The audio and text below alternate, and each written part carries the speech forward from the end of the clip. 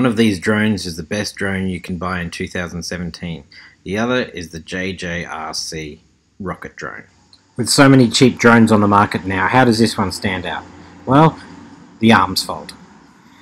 In the box you get the remote control, which takes 4 AA batteries, USB charger for the drone battery, spare propellers, as well as propeller guards which require a screwdriver to install, and a click-on mobile phone holder. Flight time is about 7 minutes per charge. The camera does do 720p at 25 frames per second, which does about as well as you'd expect it to do.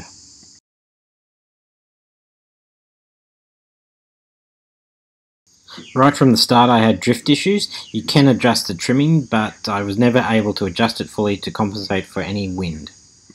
The blades are harmless, so it could certainly be considered an indoor drone. However, due to its size, I just can't see how that would be any fun. Also, the featured spin attack modes are not safe for indoors. The drone weighs just over 100 grams, so the 1000 mAh battery keeps it in the air for about 7 or 8 minutes. There's a nice little USB charger that you can use to charge it separately.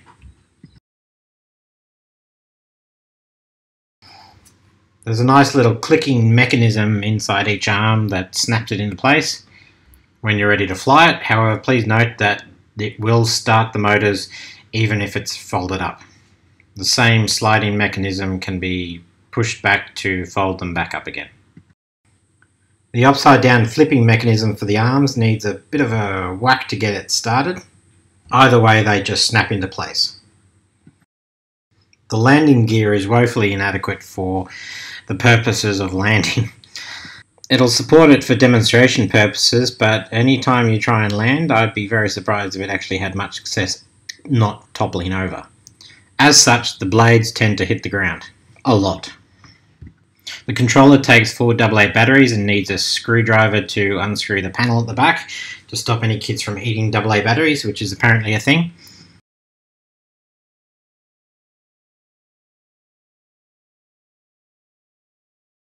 And it looks like the plastic used on the controller is quite brittle, as the throttle broke off at the first sign of a flyaway when I tried to hit down too fast. The snap-on iPhone holder at the top doesn't snap off as easily for packaging, but not too bad. At first I dismissed the propeller guards as they looked way too fiddly and needed a screwdriver to install. However, after one too many crashes and one of the motors stopped working, I think I know the reason why they need them. You get 4 spare propellers, but I don't think you're going to need them because if one of these propellers hits an object, it's going to kill the ESC or kill the motor, and that'll be the end of that. The motors are installed horizontally along the ends of the arms, turning the gears at the base of each propeller. The buttons on the right side are for trim. You've got a button to kill the motors outright, return to home, which with no GPS, I don't know why they're including this. Take a photo button, and over here you've got the spin attack twirl button feature. The main button on the back right is used to start up the motors, take off and then land, and the button on the back left is your rates. The angle on the camera needs to be manually adjusted before each flight, and there is no stabilization or gimbal control. The Wi-Fi network that the phone connects to is unsecured with no password. This means that multiple devices can connect it at the same time quite easily.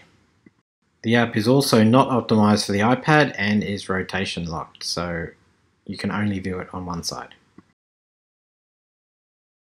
Also in the box is a manual for an AR shooter, which has nothing to do with the drone, but lets you shoot competing drone company drones.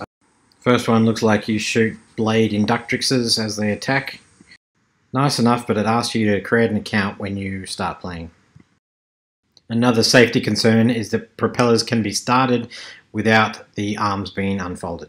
After a few uncontrolled landings, one of the motors has stopped So it looks like the propeller guards are actually there to protect the propellers. So how does this $50 drone stack up against the competition? Apart from the folding arms, the insufficient landing gear, the low resolution camera, the only standout feature I can think of is the spin attack. It's not designed to compete with the tiny micro FPV flyers. It can't be controlled purely by smartphone. It's not a cheap knockoff of some popular brand. It's not built by the world's leading drone manufacturer. Mine only lasted a day. Maybe you'll have better luck with yours.